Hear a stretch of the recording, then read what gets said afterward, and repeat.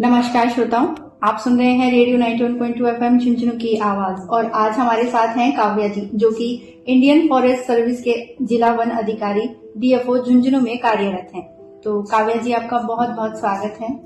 तो मैडम, भूमि अधिकारों को लेकर हमारे कुछ सवाल हैं जो हम आपसे जानना चाहते हैं। आप जैसे बोले थे, भूमि सबका इम्पोर्टेंट मैटर है लाइफ में। उसमें महिला का पावर भी उसमें बराबरी है। कानून जो बोलता है उसमें है कि जो लैंड पुरुष को है वैसे राइट्स महिला को भी बराबरी है। एंड इम्पोर्टेंटली जो घर पे विमेन हेडेड है, जैसे सिंगल मदर है या सेपरेटेड है या विडोस है, उनको भी ये बहुत बहुत इम्पोर्टेंट राइट्स है। मैम, मेरा अगला सवाल है, सामुदायिक वन संसाधनों और लघु वन उपज पर महिलाओं के क्या अधिकार हैं? कम्युनिटी राइट्स में विमेन को ये राइट्स मिलता है कि वो कलेक्ट कर सकते, फॉरेस्ट प्रोड्यूस वन उपज को कलेक्ट कर सकते, जैसे रेसिन्स, गम, हनी, तेंदू पत्ता, इस तरह से वो कलेक्ट कर सकते, उसको यूज कर सकते।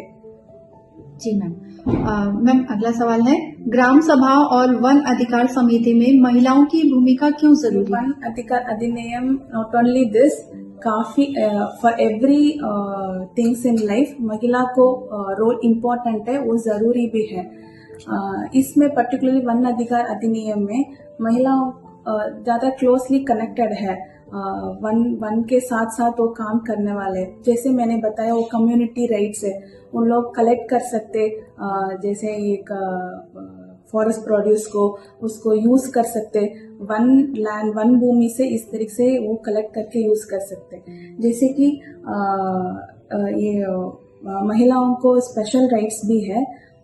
33% वो फॉरेस्ट राइट्स कमिटी में 33% विमेन है, महिलाओं होना चाहिए।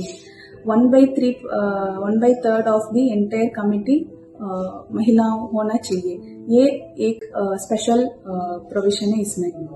जी बिल्कुल मैम, आपने बिल्कुल सही कहा कि जब महिलाएं फैसलों में होंगी तभी उनके अधिकार सुरक्षित रहेंगे। तो मैम, मेरा अगला सवाल है कि महिलाएं अपनी अधिकार पाने के लिए क्या प्रक्रिया अपनाएं और उन्हें कहां पर इसके लिए संपर्क करना चाहिए? एक्चुअली ये वन अधिकार अधिनियम 2006 राजस्थान में कुछ जगह पे ही अप्लीकेबल है। ट्राइबल सब प्लान बोलते, राजस्थान सरकार की ट्राइबल सब प्लान में जहां जहां 50% से ज्यादा आदिवासी लोग हैं, एसटी लोग हैं, उस डिस्ट्रिक्ट को ये वन अधिकार अधिनियम अप्लीकेबल है।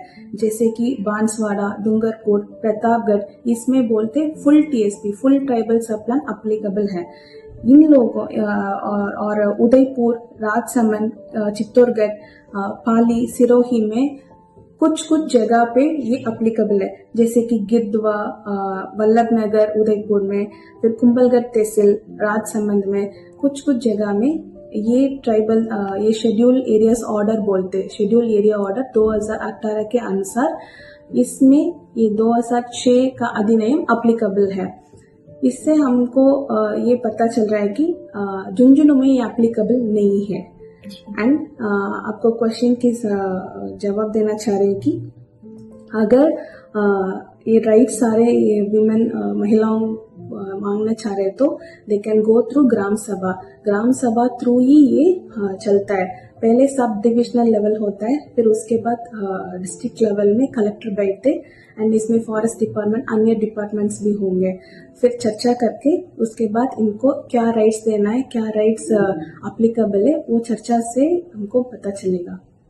जी, तो ये जो एक्ट है 2006, ये पूरे राजस्थान में एप्लीकेबल नहीं है, कुछ जगह पे है। जहाँ पे जंगल है, हम ये मान लें कि जहाँ पर जंगल है वहां पर एप्लीकेबल है ये।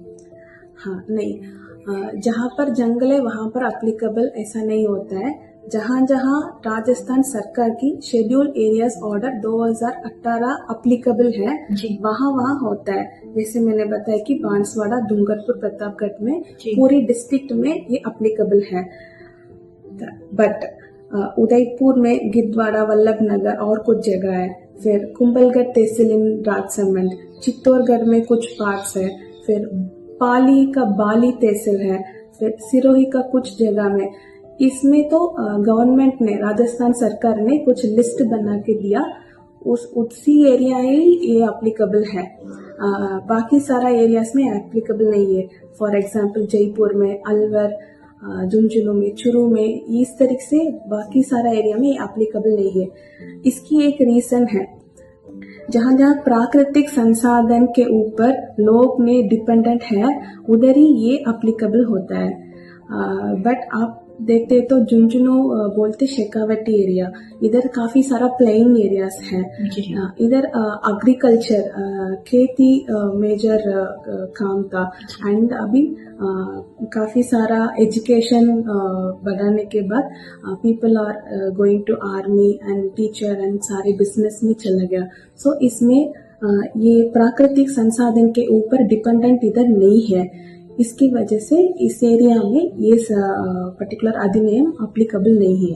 जी मैम, बहुत बहुत धन्यवाद, आपने अपना कीमती समय दिया और इतनी महत्वपूर्ण जानकारी हमारे श्रोताओं को दी। बहुत बहुत धन्यवाद। Thank you. Thank you.